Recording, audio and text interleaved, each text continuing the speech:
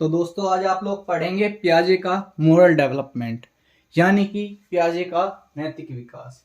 तो अब जैसे ही मोरल डेवलपमेंट की बात आती है तो आपने क्या सबसे पहले क्या पढ़ा है? किसका किसका पढ़ा है मोरल डेवलपमेंट? कोलबर्ग का।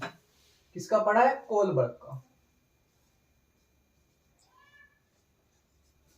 एक व्यक्ति रहे हैं कोलबर्ग जिन्होंने मोरल डेवलपमेंट की थ्योरी दी थी, जो आपने कुछ क्लासेस पहले पढ़ी थी।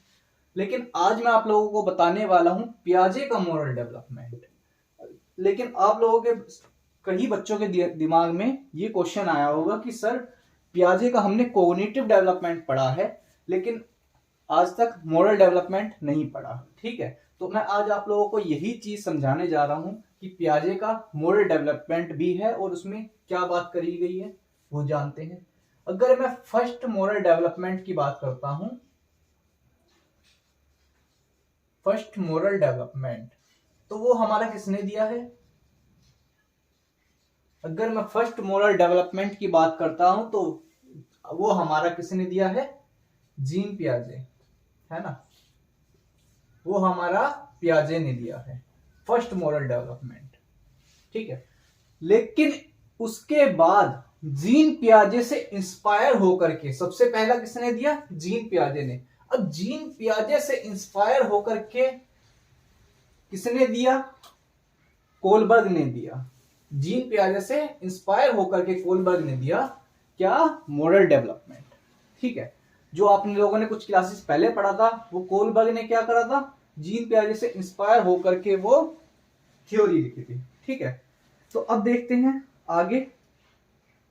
और जीन पियाजे किस चीज के लिए फेमस है? अगर मैं जीन पियाजे की बात करता हूं तो किस चीज के लिए फेमस है? वो अपने कोग्निटिव डेवलपमेंट के लिए फेमस है। कोग्निटिव डेवलपमेंट के लिए फेमस है। ठीक है, पूरा लिख देता हूं या फिर कुछ बच्चे कंफ्यूज ना हो जाएं। अपने कोग्निटिव डेवलपमेंट यानी संज्ञानात्मक विकास के उसमें फेमस है। ठीक है, तो अब इनकी दो स्टेजेस दी हैं, है ना। जीन पियाजे ने क्या करा है? जीन पियाजे ने क्या करा है? दो स्टेजेस में बांटा गया है मोरल डेवलपमेंट को। अब वो दो स्टेजेस कौन कौन सी हैं? फर्स्ट हमारी हेटेरोनोमस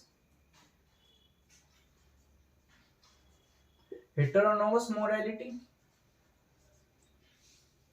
and second one is autonomous morality.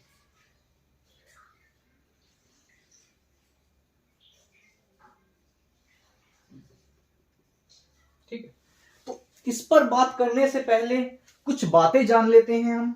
जैसे कि तो आप लोगों के सामने एक स्लाइड मौजूद है, उसमें क्या लिखा है? Children's understanding of rules.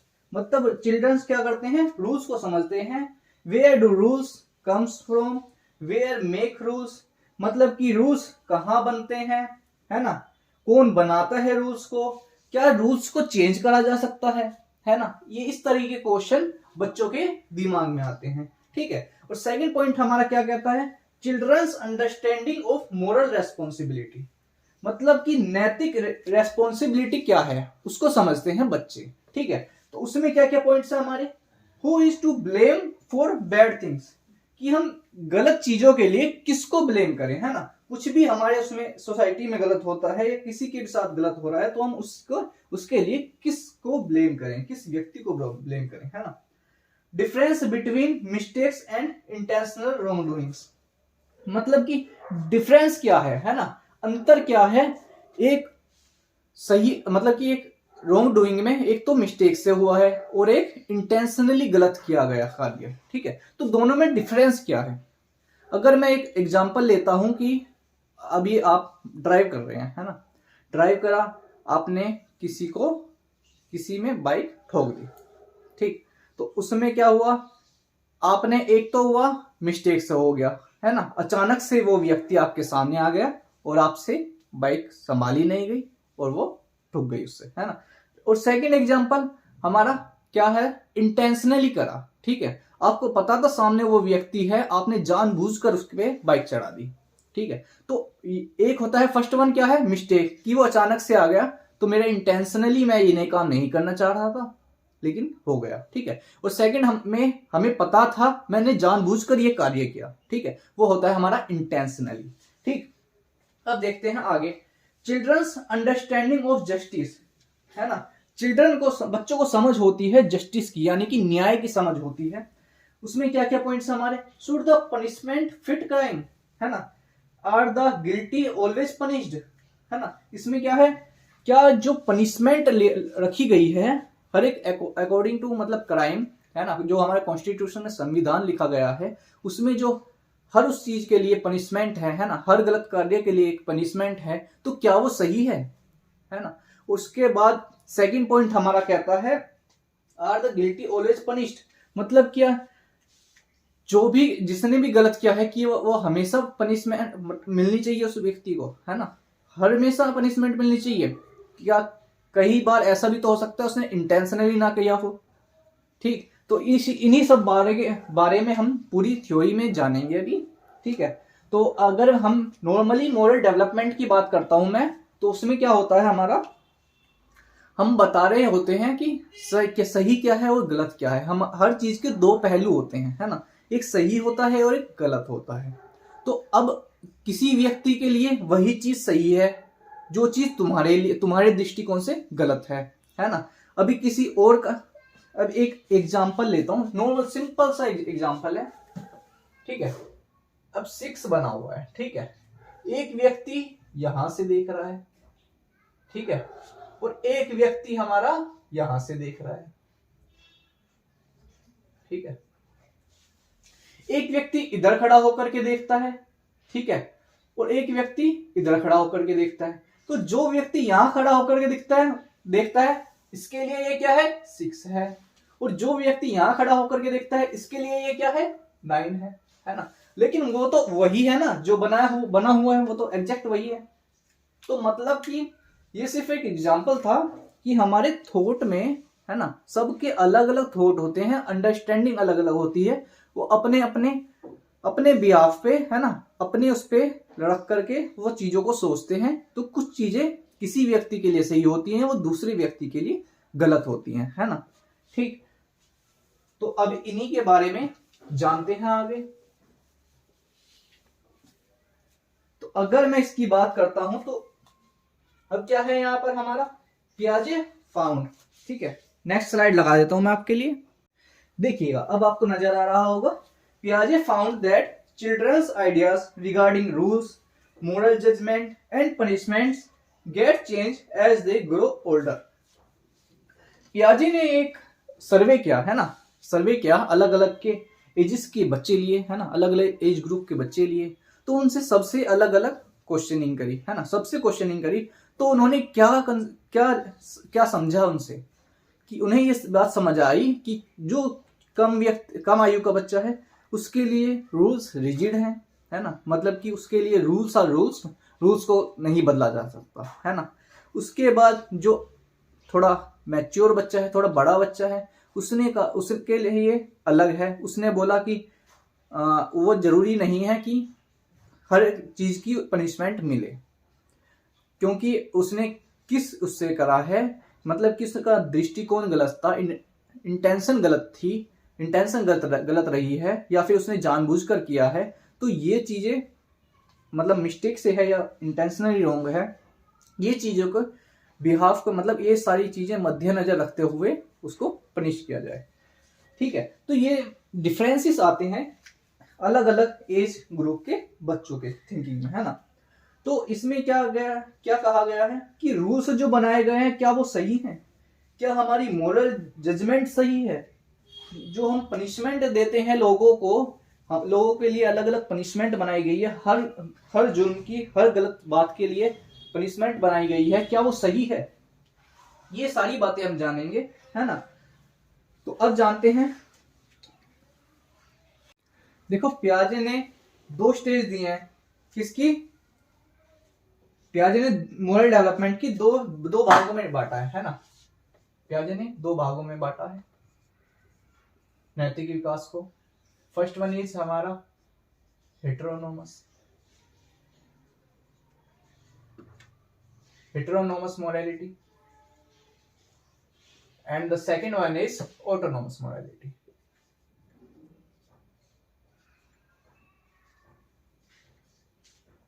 तो अब ये दोनों एक दूसरे से भिन्न क्यों हैं, इनमें क्या अंतर है, कुछ ये जानते हैं हम। हेटेरोनोमस मोरालिटी की अगर हम बात करते हैं तो वो हम किसके मद्देनजर रख के बात करते हैं, इसमें कौन से ग्रुप के बच्चे आते हैं। तो हेटेरोनोमस मोरालिटी में जो बच्चों की आयु है वो हमारी क्या है, 5 से 9 वर्ष, 5 से 9 वर्ष। और ऑटोनोमस मोरालिटी में जो हमने आयु के बच्चे लिए हैं, किस एज ग्रुप के बच्चे लिए हैं हमने, है ना। हेटेरोनोमस में हमने 5 से 9 वर्ष के लिए हैं, और यहां पर लिए हमने 9 से 10 वर्ष के, है ना, 9 से 10 वर्ष के बच्चे। तो कुछ कुछ किताबों में क्या है, एज अलग अलग दी हुई है ना। जैसे कि हेटेरोनोमस की एज 4 से 7 बताई गई है, 4 से 7 वर्ष के बच्चे। और यहां पर अगर मैं बात करूं ऑटोनोमस की, तो उसमें एज बताई गई है क्या, 11 से 14 वर्ष के बच्चे। ठीक है, तो ये हमारा एज ग्रुप है जिन बच्चों को हमने कंसीडर किया है, जिन जिन बच्चों से हमने क्वेश्चनिंग करी है, और हमें पता लगा है कि उनकी थिंकिंग अलग है ना, हर पॉइंट पर अलग अलग विचार रखते हैं। तो अगर मैं हेटेरोनोमस मोरालिटी की बात करता हूं तो ये क्या है हमारा, morality imposed from outside, morality imposed from outside. ठीक है, एक पॉइंट ये हो गया हमारा। और यहां पर अगर मैं बात करता हूं तो यहां पर क्या है, morality based on their own, वो खुद को मद्देनजर रखते हुए, है ना, खुद को मद्देनजर रखते हुए कि वो इस जगह पर क्या हो, तो फिर उसके दृष्टिकोण से क्या ये सही है ना, क्या ये करना सही है, फिर वो अपने आंसर करते हैं बेस्ड ऑन देयर ओन। ठीक है, इसमें क्या होता है, बच्चे बाहर के मतलब किसी और व्यक्ति के लिए क्वेश्चनिंग करी जाती है कि ये बात सही है या गलत है, तो वो कहते हैं कि रूल्स आर रूल्स, रूल्स को नहीं बदला जा सकता। रूल्स क्या है हमारे, रिजिड हैं, रिजिड है मतलब कि रूल्स को नहीं बदला जा सकता। और यहां पर क्या है, कहते हैं वो उस व्यक्ति की जगह पर खुद को रखते हैं, है ना, वो खुद को रख करके देखते हैं कि ये सही है या गलत है। तो यहां पर उनको समझ आता है कि ये क्या है, फ्लेक्सिबल है, रूल्स क्या है, रिजिड नहीं है, मतलब कि उनमें चेंजेस लाना संभव है ना। तो ये सारी बातें जानते हैं। ये क्या है, इसको हम क्या बोल देते हैं, इंटरनल मोरालिटी। क्या बोल देते हैं, इंटरनल मोरालिटी। एंड अगर मैं हेटेरोनोमस की बात करता हूं तो वो हमारे क्या है, एक्सटर्नल रूल्स, या फिर हम कह सकते हैं एक्सटर्नल मोरालिटी। ठीक है, इतनी बात आप लोगों ने जानी। तो इसके बाद हम और क्या क्या जान सकते हैं इसके बारे में, इसको और क्या बोला जाता है, इनको मैं थोड़ा सा रफ कर देता हूं, फिर उसके बाद आगे की बातचीत करते हैं।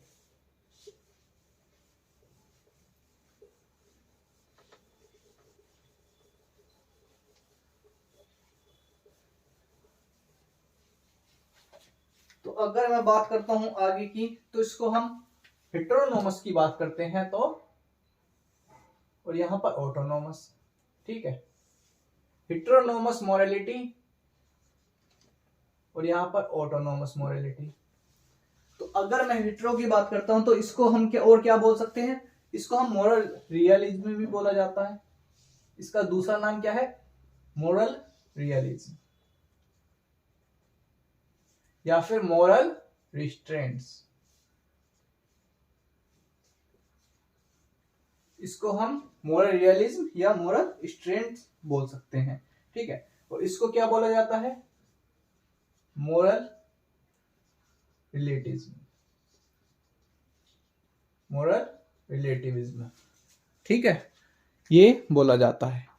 तो अब जानते हैं कि इसमें एक पॉइंट है कि इमोनेंट जस्टिस, इमानेंट जस्टिस क्या है? हेटेरोनोमस में बोला गया है इमानेंट जस्टिस। इस ग्रुप के एज के जो बच्चे होते हैं वो क्या सोचते हैं कि ऊपर एक भगवान बैठा हुआ है जो सही गलत की परख रखता है। किसी ने आज कुछ गलत किया है तो उसका दंड ऑटोमेटिकली मिल जाएगा, क्योंकि ऊपर एक भगवान बैठा है जो सब कुछ देख रहा है ना। तो वो क्या कहते हैं कि ऊपर एक भगवान बैठा है, गॉड बैठा है जो सब कुछ देख रहा है, वो सबका हिसाब किताब मतलब कि बराबर करता है। अगर किसी ने कुछ गलत किया है तो उसके साथ भी गलत होगा। ठीक है, तो अब आते हैं हम इनके पॉइंट्स पर।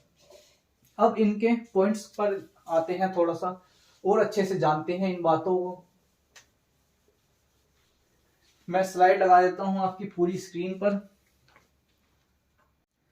चलिएगा, तो आपका फर्स्ट पॉइंट रहा है क्या है? During this stage children consider rules are being absolute and unchanging. इसमें क्या बोला गया है कि रूल्स आर रूल्स, मतलब कि रूल्स को नहीं बदला जा सकता। जो एक बार रूल्स बन चुके हैं उनमें कोई बदलाव नहीं आ सकता। अगर उसमें लिखा है कि इसके लिए मृत्यु दंड है ना, मर्डर करने के लिए मृत्यु दंड है, तो मृत्यु दंड ही मिलना चाहिए। ठीक है, और दूसरी तरफ अगर हम ऑटोनोमस मोरालिटी की बात करते हैं तो उसमें क्या कहा गया है? Children recognize there is no absolute right और wrong and that morality depends on intentions not consequences. इसमें बच्चे क्या करते हैं, बच्चों में थोड़ी सी समझ आती है, उस पहचानने लगते हैं कि रूल्स एब्सोल्यूट नहीं है, ये सही और गलत के बीच में एब्सोल्यूट नहीं है, मतलब कि फिक्स नहीं है कि यही सही है और यही गलत है। ठीक है, ये क्या है, उसकी इंटेंशन पर डिपेंड करेगा। एक व्यक्ति मर्डर कर रहा है, मतलब कि एक व्यक्ति खून कर रहा है बॉर्डर पर खड़े होकर के, जो हमारे आर्मी सोल्जर्स हैं, है ना, वो जान लेते हैं किसके लिए? अच्छाई के लिए, है ना। तो उसके लिए कोई पनिशमेंट नहीं है, क्योंकि वो एक सही काम कर रहे हैं। जो हमारे देश पर हार्म करता है, हाँ, वो उनकी जान ले रहे हैं। ठीक है, और एक जगह पर आतंकवादी हैं जो कि लोगों की जान लेते हैं, तो वो क्या होता है, वहां पर भी जान जा रही है, सोल्जर भी जान ले रहे हैं, आतंकवादी भी जान ले रहे हैं। लेकिन उसमें अब बात आती है इंटेंशन की, जान तो दोनों में ही जा रही है ना।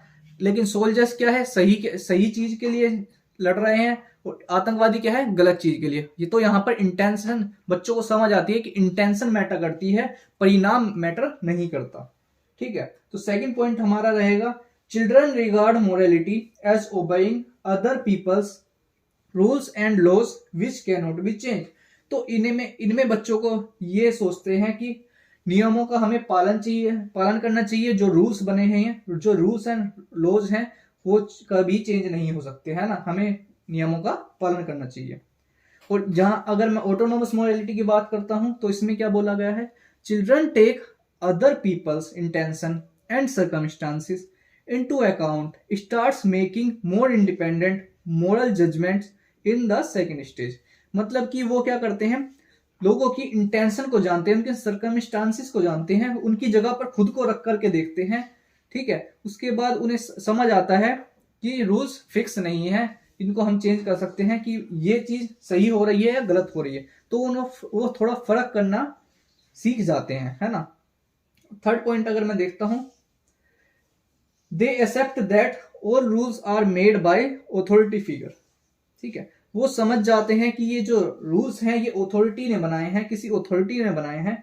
मतलब कि जैसे कि कॉन्स्टिट्यूशन के रूल्स हैं तो वो संविधान में किसी एक महापुरुष ने बनाए हैं। जैसे कि हमारे महापुरुष रहे हैं डॉक्टर बी आर अम्बेडकर, जिन्होंने हमारा कॉन्स्टिट्यूशन संविधान लिखा है। तो उन्होंने जैसे कि बनाए हैं तो उनको बदला नहीं जा सकता। ठीक है, एग्जाम्पल जैसे कि हमारे कुछ पेरेंट्स होते हैं, वो भी कुछ रूल्स बनाते हैं कि घर से बाहर नहीं जाना, इस टाइम से इस टाइम तक तुम्हें घर में रहना है। तो ये भी रूल्स हैं, बच्चों के लिए ये रूल्स हैं, तो उनके लिए ये सब कुछ रूल्स हैं और ये बदला नहीं जा सकता। टीचर्स ने कुछ रूल्स बनाए हैं, क्लास चल रही है तो क्लास में ही बैठना है, प्रॉपर ध्यान देना है। तो और कुछ रूल्स हैं जो भगवान ने बनाए हैं। ठीक है, तो ये सारे रूल्स हैं जिनको बदला नहीं जा सकता। ठीक, उसके बाद अगर हम ऑटोनोमस मोरालिटी की बात करते हैं, there thinking becomes more like that of adults. उनकी थिंकिंग बड़ों की तरह हो जाती है, जैसे कि अब हम खुद बड़े हो गए हैं, अब हम रूल खुद बना सकते हैं। ठीक है, अब हम नेक्स्ट स्लाइड लगा देता हूं मैं आप लोगों के लिए। चलिएगा तो फोर्थ पॉइंट को देखते हैं। They believe that breaking the rules will lead to immediate and severe punishment. वो बच्चे ये सोचते हैं कि अगर रूल्स को ब्रेक कर दिया तो उन्हें इमीडिएट, जितना जल्द से जल्द हो सके पनिशमेंट दे देनी चाहिए, है ना, पनिश कर देना चाहिए उन्हें। यहां अगर मैं ऑटोनोमस मोरालिटी के बच्चों की बात करता हूं तो वो क्या करते हैं, with regard to moral responsibility older children don't just take the consequences into account, they also consider motives. मतलब वो सिर्फ यही नहीं देखते कि इसने गलती करी है तो इसको सजा दे दो, वो क्या देखते हैं कि इसकी उसको अपनी बात रखने का अधिकार है। जैसे कि अगर हम कानून की बात करते हैं तो जब आप कोर्ट में जाते हैं तो जज साहब भी आपको अपने मतलब कि इंटेंशन, अपना विचार प्रकट करने की अनुमति देते हैं, है ना, अपनी बात रखने की आपको अनुमति है। ठीक है, तो उसमें क्या होता है कि इंटेंशन देखी जाती है व्यक्ति की, ना कि परिणाम को देख करके उसे सीधा सजा दे दी। ठीक, नेक्स्ट पॉइंट हमारा आता है, the function of any punishment is to make the guilty suffer. इसमें क्या बच्चे सोचते हैं कि लोग को जिसने कुछ भी गलत किया है उसको पनिशमेंट दो और सफर करना चाहिए, उसे पेन होना चाहिए।